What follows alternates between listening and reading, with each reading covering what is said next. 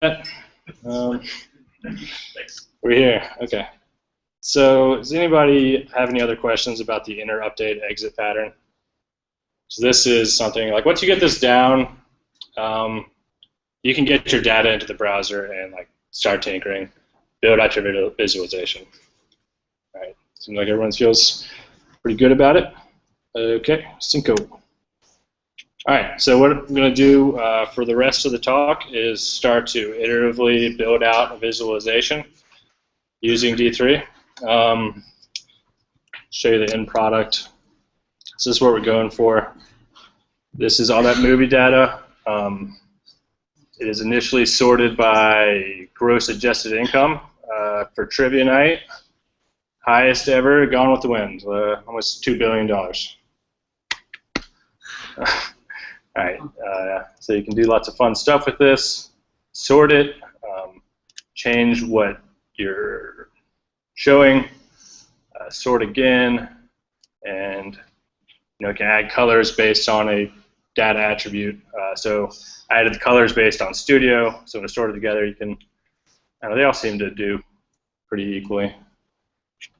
Okay, so we're going to work towards this. I don't have slides that are going to make it all the way there, but we'll get started. All right. So again, phase one, get your data. We're using the tab separated value call to hit that endpoint I showed you before. We're going to select the container, set up a couple variables to format our SVG that we're going to append. So you got some duplicated code in there. It's fine though. So check this out. We're going to append an SVG and set its attributes width to W and height to H. So you can use D3. Once you have a Hortonless selection, you can get everything on it. You can set its attributes.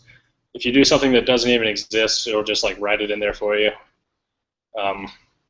And it's operating, like I said before, on like the ordinary W3C compliant technologies, and that's like one of the reasons it's like doing so well. It's like such a great library is because it's just like this thin layer that makes like one part of this easier, and you're getting out something that you can add on to any other way you please. It's really easy to slip back into vanilla JavaScript when you're using D3. Because it's not far from it. It's just doing the bindings like the main thing it's doing. And all right, so an SVG stands for Scalable Vector Graphics. It is supported in I think all modern browsers. Scalable means they are defined by like mathematics. So you can like zoom in on them, zoom out, and they're still going to look right. Not like an image because that's like rasterized. You got like pixels. So that's what an SVG is. The outer SVG tag is like a canvas, and I mean that by like the literal use of the word canvas, not an HTML5 canvas. You put other tags within the outer tag, like shapes are common. We're going to use a rectangle real soon, and those are defined by some attributes that you can set really easily with the data bound using D3. All right. Run this code, see what happens. Oh no, okay. The data is still not quite, been coaxed into a usable fashion. Those were dollar amounts in there. So, oh no, what are we gonna do? Okay, so I've introduced a new code, a helper method, currency to integer, runs a regular expression across those values, replaces dollar signs and commas with nothing, and parses it into an integer. And so the only other difference, same code, but we're returning the integer version of the,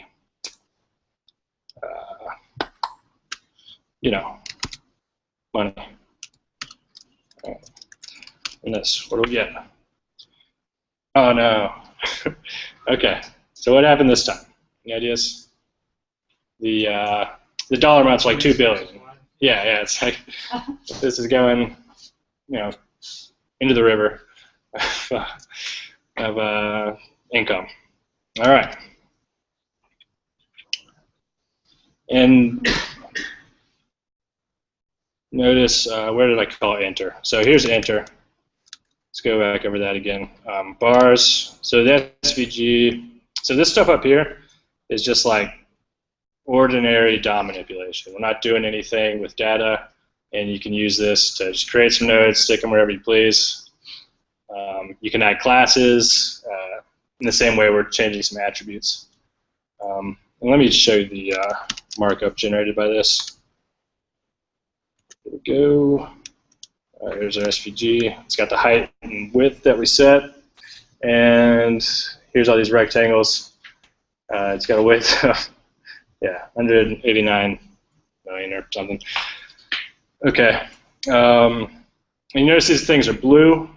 You can set SVG styles with ordinary CSS. So let me jump to my style sheet.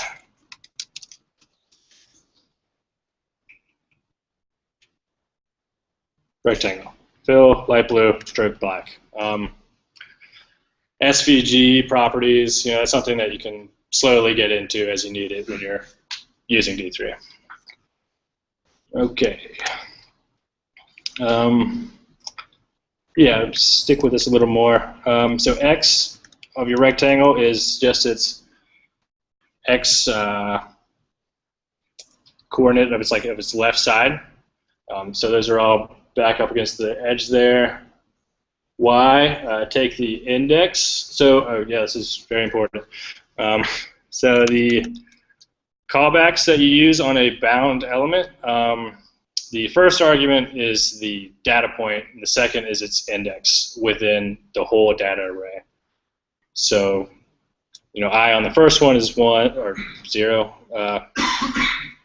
on up to 300. So I'm setting their Y value, which is on rectangles is their top, to be 10 times their position in the data array. Their height, they're all going to be 8 pixels high, and the width is that adjusted value.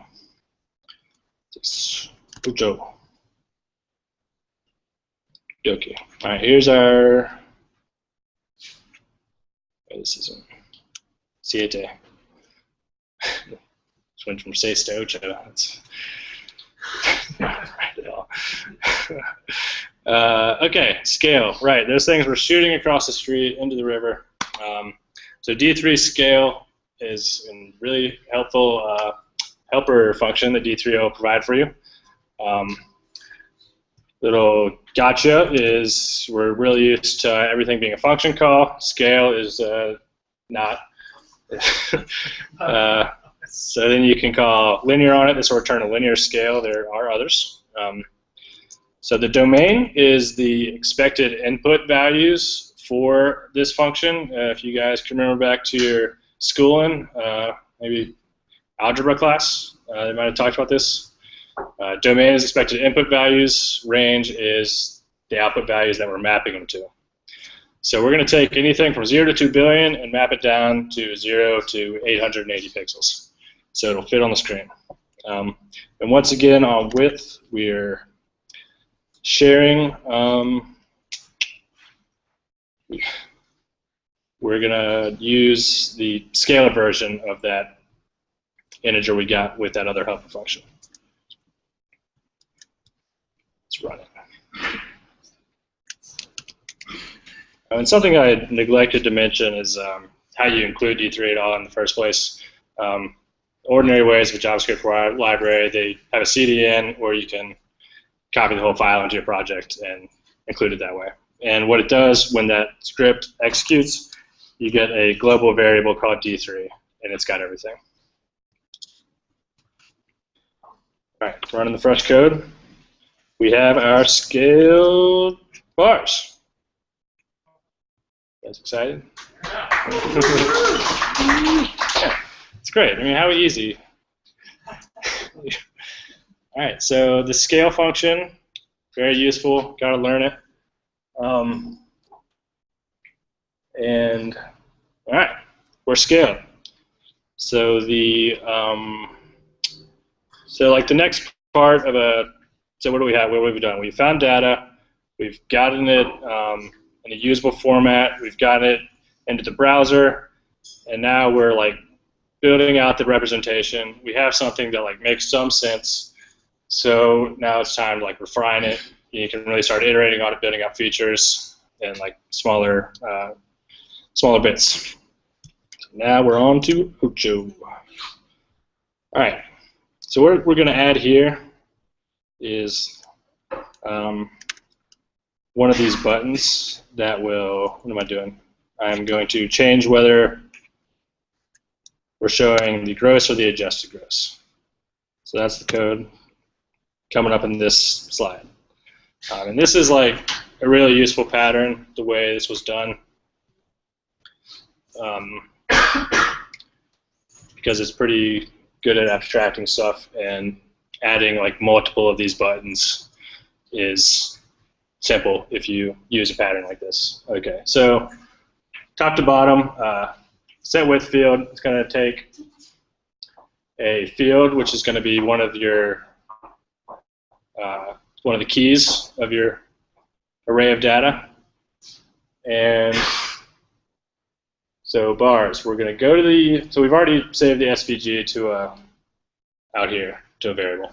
So that's the SVG that we're appending. When you append an element, it returns a selection object as well. So we've still got the selections that we were talking about. I mean, most of the time you're going to end up with a selection object, and like all the methods go on to that same type of data. I mean, sorry, type of JavaScript. Okay. All right. Select all rectangles, data. We're going to bind the data set again. So remember, when we make the that request for the data, you can go ahead and name it up here. It's going to be, and this is all wrapped in that callback of the request.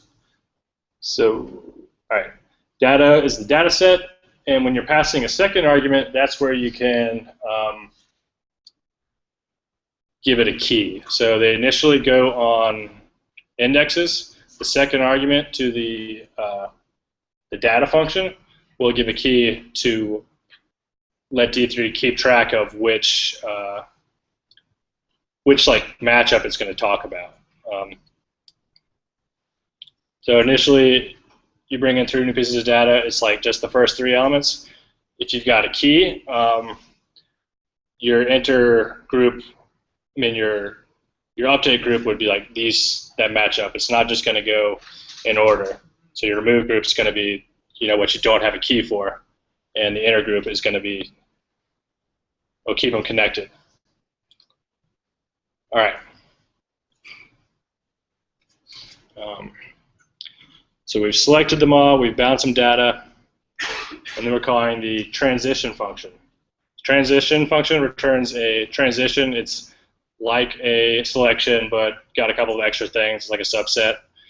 So you call transition before you want to reevaluate what your attributes are going to be. So we're going to set the width to a different data point in the of the object. So we're going to set it to gross instead of adjusted gross. So we have the selection. We're telling it take 400 milliseconds to do this change, and that change will be change the width to x scale of currency to integer of data of that field. And notice I'm using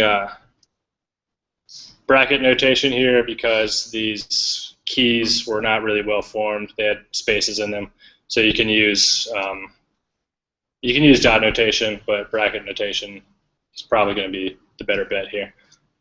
Definitely is in this situation. All right, so it's telling you take 400 milliseconds to do that. So that's the D3 code. And here's where we can have a nice, you can see how D3 can also help you interact with the DOM in like an ordinary fashion, not about binding data. This function is going to create a button that will call that setWidth field function, and when you use this pattern, you can create a lot of buttons in a row. So change width button. Select the div.movie. That's where I'm going to keep the buttons. And insert a button as the first child. So insert is, so append we used earlier. Insert is like append. Append just does it on the bottom. Insert, you can give it some other arguments to tell you where you want it to go. Not really vital in this situation, but it's nice to see. It's funny, looking for this, I was like, okay, there's got to be a prepend method if there's an append method. So search for that, end up in Mike Boss sucks, git commit history. One of his commit messages is like, I changed prepend to like insert, use like this. And all right, so this is again going to return that selection. It's going to return the thing that we just inserted. And you can do some event handlers straight from D3. So we're going to bind a click handler to that item that gets returned and call the setWidth field function based on whichever field we pass to the create a button function, and call it down here. So create a button to change the width based on the gross value. And again, once you get these nodes, you can do whatever else you want to them. We're going to add the text show gross.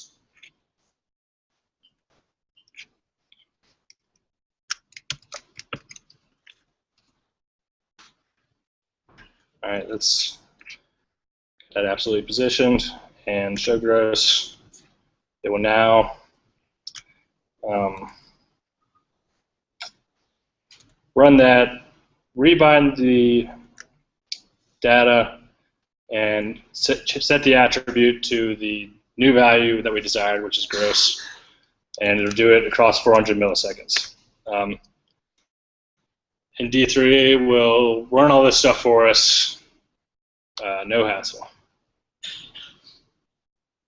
Okay, so we're going to continue to refine on this.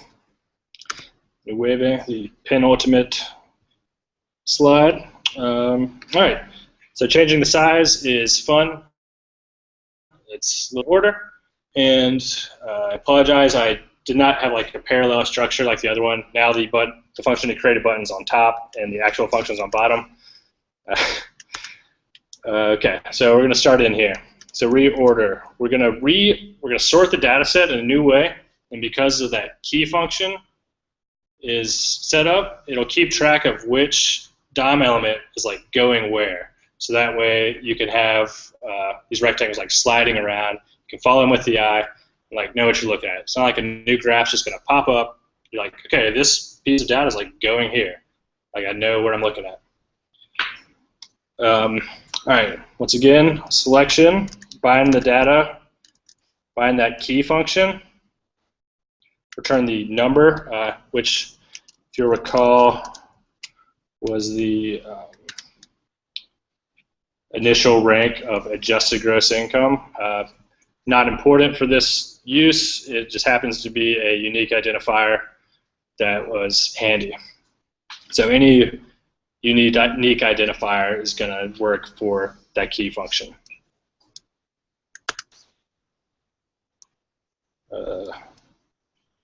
Okay. And what's next?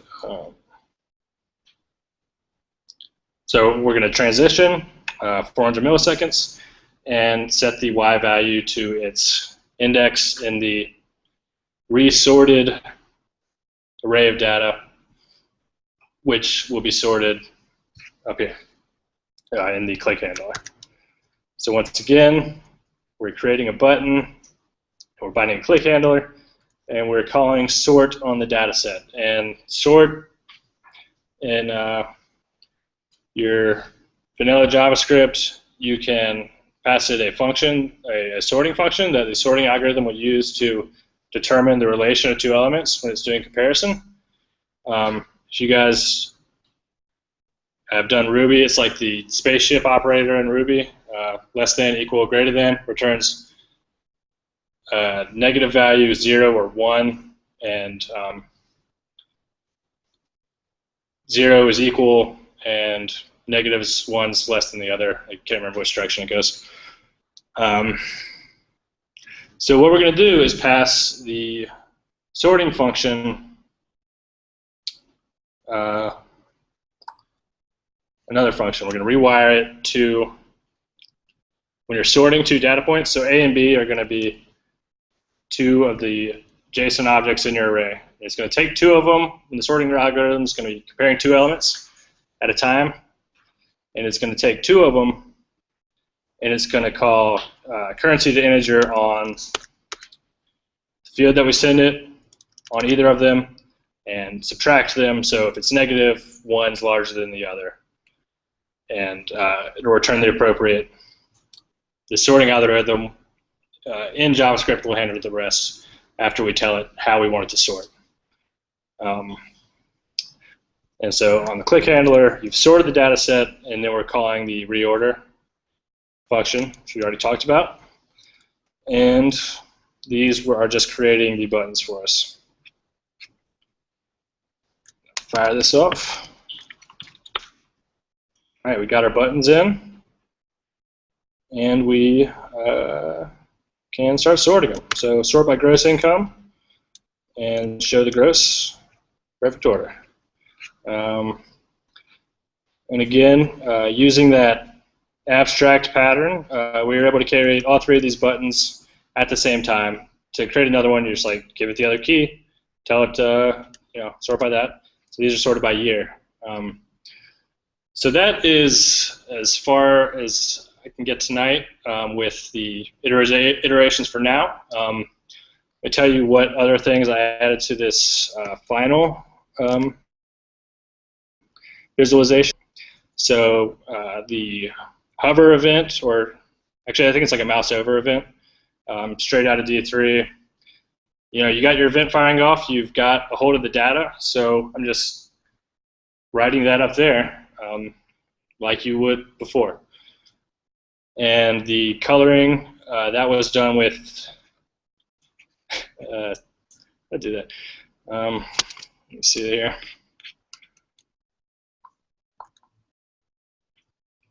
If you guys have any questions, you can. All right, so the coloring, set the studio colors into, map them to some values, and set the fill stop to the data of the distributor within studio colors. Fill colors in SVG rectangle property.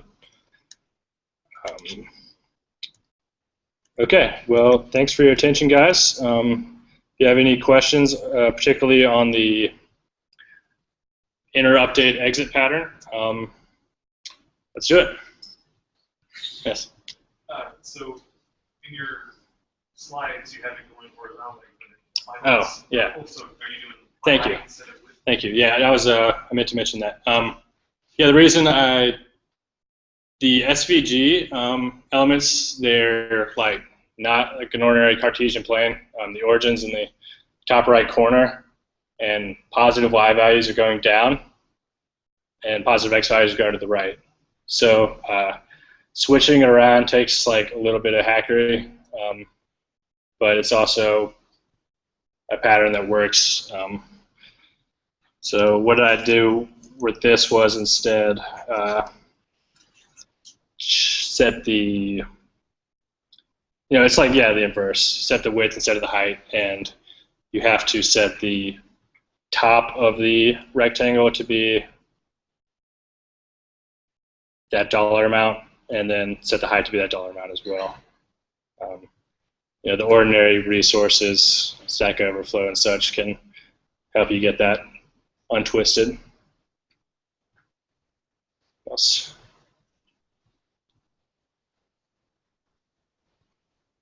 All right. Thank you, people.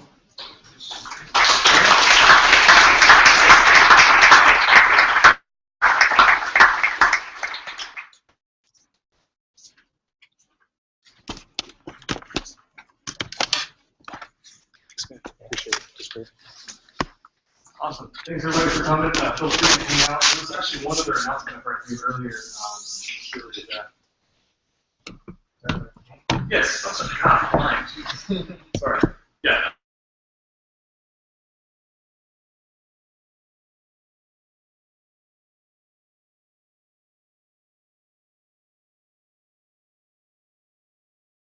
That's not what I was going to introduce myself to. Give me a heads up.